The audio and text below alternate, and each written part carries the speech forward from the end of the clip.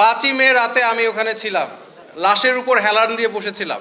এই 5ই মেকে এক স্বীকৃতি দেওয়া হোক রাষ্ট্রীয়ভাবে, যাতে 5ই মে অন্তত আমাদের একটা ছুটির দিন দেওয়া হোক আমাদের শহীদ এবং আহতদের স্মরণে। 5ই মেতে আমরা যদি আন্দোলন সংগ্রাম না করতাম তাহলে 24 কখনো হতো না। 5ই মে রাতে আমি ওখানে ছিলাম, আমি ওখানে সারা রাত যেদিক দিয়ে গুলি যাচ্ছে সেই দিকে আমাদের সবার, আপনাদের আমার একসাথে যেদিকে গুলি চলছিল সেদিকে আমাদের দৌড় দেওয়া লেগেছিল। আমরা জানি কি পরিমাণ মানুষ তারা হত্যা করেছে। আমি নিজেও একটা দীর্ঘ সময় লাশের উপর হেলান দিয়ে বসেছিলাম। এরকম একটা সিচুয়েশন ওখানে ছিল। এটা আপনারা দেখেছেন, আমরা দেখেছি, আমরা সাক্ষী।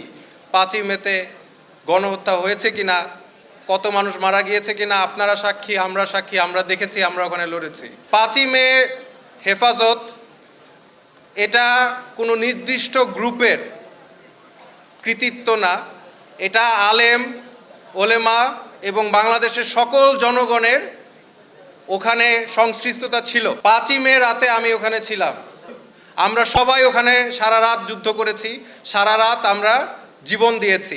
আমরা জানি আমি অ্যাটলিস্ট একজন বিশ্ববিদ্যালয়ের ছাত্র ছিল সেখানে, বুয়েটের, যে শহীদ হয়েছে।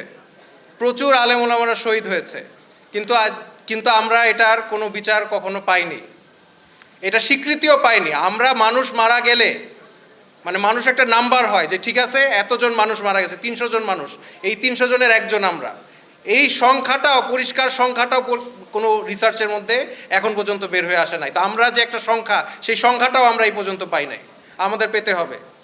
যদি 5/24-এর গণ অভ্যুত্থান একটি গুরুত্বপূর্ণ বিষয় হয়ে থাকে, একই সাথে 5ই মে একইভাবে গুরুত্বপূর্ণ, কারণ ওখান থেকেই আন্দোলনের শুরু। 5ই মেতে আমরা যদি আন্দোলন সংগ্রাম না করতাম তাহলে 24 কখনো হতো না। 5ই মের সাথে 24 সরাসরি কানেক্টেড, এবং আমরা চাই এই 5ই মেকে এক স্বীকৃতি দেওয়া হোক রাষ্ট্রীয়ভাবে, যাতে 5ই মে অন্তত আমাদের একটা ছুটির দিন দেওয়া হোক আমাদের শহীদ এবং আহতদের স্মরণে। ইনশাআল্লাহ এরকম 5ই মের যে শাপলা, আমি তো সারা দিন মাঠে ছিলাম, স্টেজে একবারের জন্য যাইনি। আমি হাজার হাজার মানুষের পানির এবং খাবারের ব্যবস্থায় ব্যস্ত ছিলাম।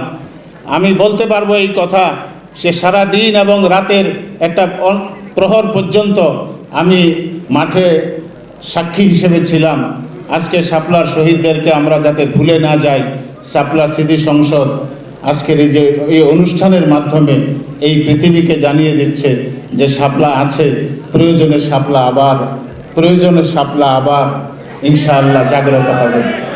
আমিন। আসসালামু আলাইকুম।